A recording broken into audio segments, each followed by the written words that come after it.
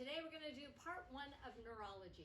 So what we're going to do today is we're going to look at our neurons, we're going to look at our neurotransmitters and our nervous system.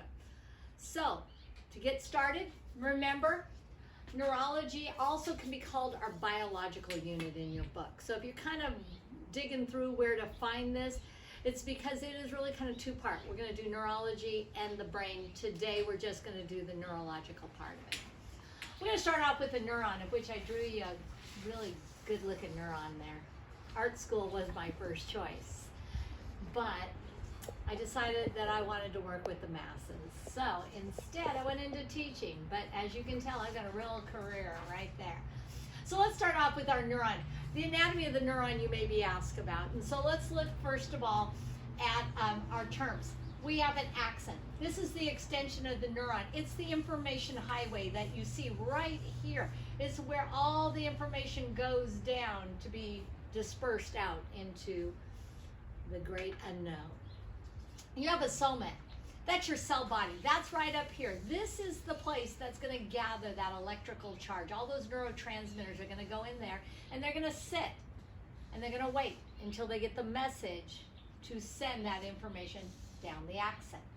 We have our dendrites. The dendrites are up here. These are those little branch-like sections that are your receivers. I said if you're looking at this and you're picturing a football field, these are the receivers on the team. They're going to get those neurotransmitters as they're being spewed out across the synaptic gap, and they'll catch them and bring them into the soma. The myelin sheath, that's the brown I have covering this, because the myelin sheath is that protective covering. It's like parking your car in a garage or driving down a freeway and being in a tunnel where you have that protection over your vehicle. And so we know that they're going to speed up those neurotransmitters. And if there's any destruction to your myelin sheath, then it's going to slow the process down. Okay? And there'll be different neurological disorders you can have when your myelin sheaths are destroyed. But they're there, and that's that fatty protective tissue that actually helps speed up those neurotransmitters. Your axon terminals, those are your senders. Those are like your quarterbacks down here. Those are the ones that once the information gets to there, they spew it, they throw it out to hopefully the receiver at another neuron. Now I say hopefully because we're going to talk about that in a minute. But remember, your axon terminals, where there's little buttons at the end of them, they are at the end of your axon. They're little branch-like root-looking things that go out, and from there they send information out. And where do they send it? They send it out across the synaptic gap, basically the space between neurons, the space where there's nothing there. It's just your nothingness. And so again, let's look at this picture up here.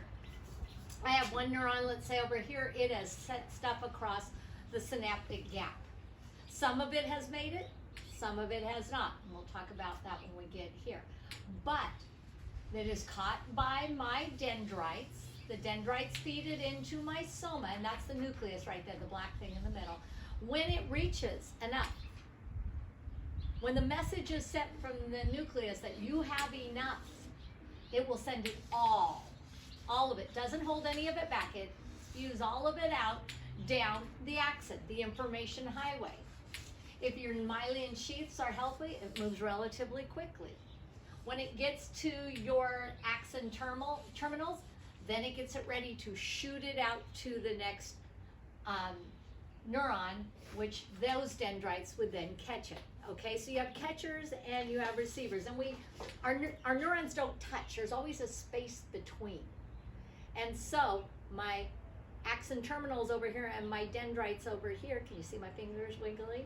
My axon terminals and my dendrites, they don't come together. They get relatively close, but that little gap in between, that's called synapse. Now, we want to remember that while all those neurotransmitters are waiting around up there, that's called resting potential.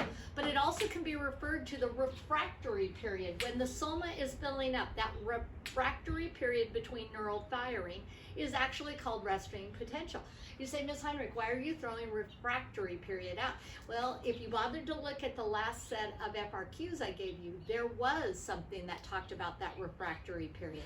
And we really haven't used that term before. We've oftentimes just used the term resting potential, but do understand it is the same thing. if they use refractory period of neural firing or resting potential, it doesn't matter. You're talking about the same thing. Your action potential then is when that neural gets enough of that electrical charge, your soma gets enough of that electrical charge in there that it decides to fire. And we said it's like flushing a toilet. You want it all to go. You don't want any of it to stay behind, okay? You send it all, and it travels, like we said, it travels from once it's in the soma, it travels from the soma down the axon to your axon terminals across the synaptic gap. The only thing that's slow in the process is the dendrites will take it in, and it will sit. It'll go from the dendrites to the soma, and then it sits for a while. But once it goes from the soma on out, it all goes. It all goes at once. Now, what happens? We said they don't touch. Well, like we said before, there are things that don't make it across. When they don't make it across, they fall into the abyss, that synaptic gap, just to disappear forever. But occasionally, just like these two chairs are here, if I shoot something across from one chair to the next, it either makes it, or it falls between, or occasionally it might bump its way back into this neuron over, this neuron over here. That's called reuptake. Reuptake doesn't happen a lot, but it is whatever little bits and pieces of the neurotransmitter that makes it back up into the sending neuron. It's the stuff that holds on for dear life and says, I will not fall into the abyss and die. I will not fall into the synaptic gap. That's called reuptake. We don't get a lot of it, but you do need to know it happens occasionally. Because when we get to our part about drugs, we'll talk about reuptake inhibitors, and you'll understand why we have to take one. Because occasionally we suck some of that back up. So what are our neurotransmitters? There's a lot of them. You have a whole list of them, a little grid that you put into your notebook.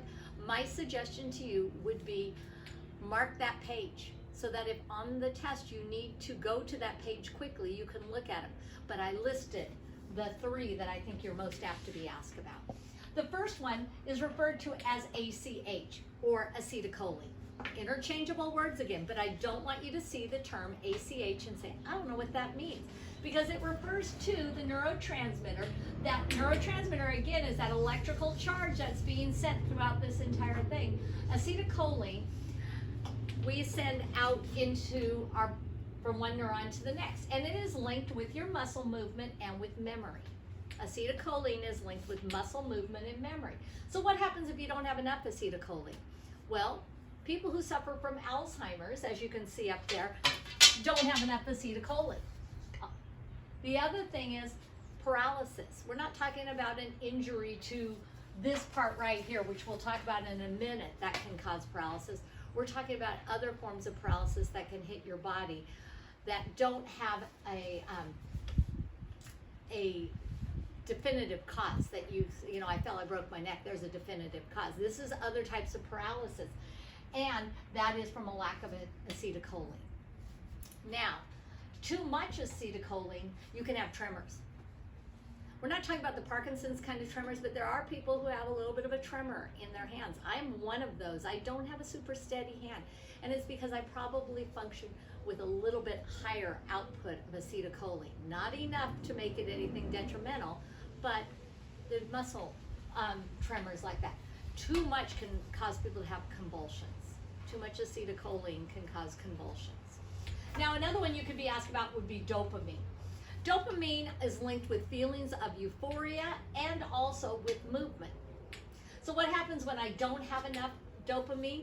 If there is something going on with my production of dopamine where I am not producing enough, that is very highly linked with Parkinson's disease. And Parkinson's disease is that uncontrollable tremors that often happen all the time, like this.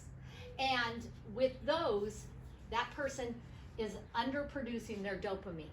You say, well, why don't they give them something to make them have more dopamine? It's not that simple, but they can give them medication to help control some of those tremors.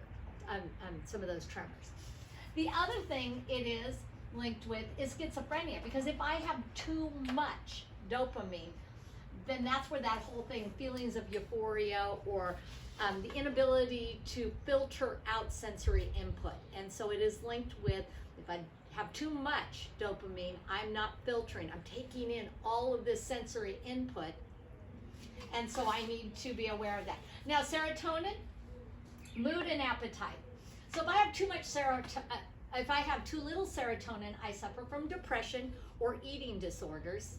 If I have too much, this is where people who suffer from uncontrollable migraines come from. And also we say that this can also cause some tremors. So, drugs and neurotransmitters, we can take drugs that will help our neurotransmitters when we're having problems.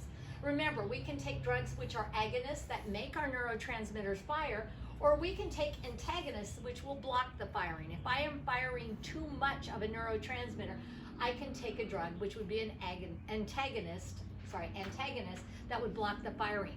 A reuptake inhibitor, if I'm producing too much dopamine, I need to definitely slow the production down and also not reuptake. So reuptake inhibitors are antagonist drugs. Now, what are our types of neurons? We have afferent, our sensory neurons, efferent, which are our motor neurons, and then we have our interneurons, which are our communicators between the two. What does all this have to do with? Well, we have a nervous system in our body, and I'm going to go quickly here so we don't run out of time. And our nervous system controls all of what we do and what we feel. Our first part of our nervous system is our central nervous system, everything encased in bone. It is our brain and our spinal cord. It will take information throughout the body. We also have a peripheral nervous system. It's the stuff that has no bone encased in it. And we have our autonomic portion of it and our somatic portion of it. Autonomic are those things that happen automatically. My heartbeat, my breathing, things like that, my blood pressure. And we divide it into two fields, our sympathetic and our parasympathetic. So we know that our heartbeat does things different when it is at peace than when it is at stress level. So when I'm stressed, it speeds up. Well, where has it gotten the message from? It has got it from the autonomic portion of our nervous system, and it feeds it into the sympathetic part of it. So it speeds up. And we had a list of different things. You breathe heavier, your pupils do different things. So remember, our sympathetic portion deals with when our body, our automatic system is at stress, and parasympathetic when it is at peace. Over here is the other part of our central nervous, our peripheral nervous system. It's our somatic nervous system. And really what that does is, all that does is house our sensory and our motor neurons. Those sensory neurons that are picking up feeling and taste and all of those things, like when we do our sensation perception unit, those are all housed right here. And then our motor neurons, which help us act upon those things. Like if I'm burning my hand here, what makes me move it? My sensory neurons take it in, my motor neurons pull my hand away, and my inner neurons communicate between the two. All right, ladies and gentlemen, we're going to take all of this now to the very important part of our central nervous system. In our next unit, we're going to be talking about our brain and the different parts of our brain that process information. But for now, jot those things down, make yourself a little graph, and be ready for the 19th. Thank you.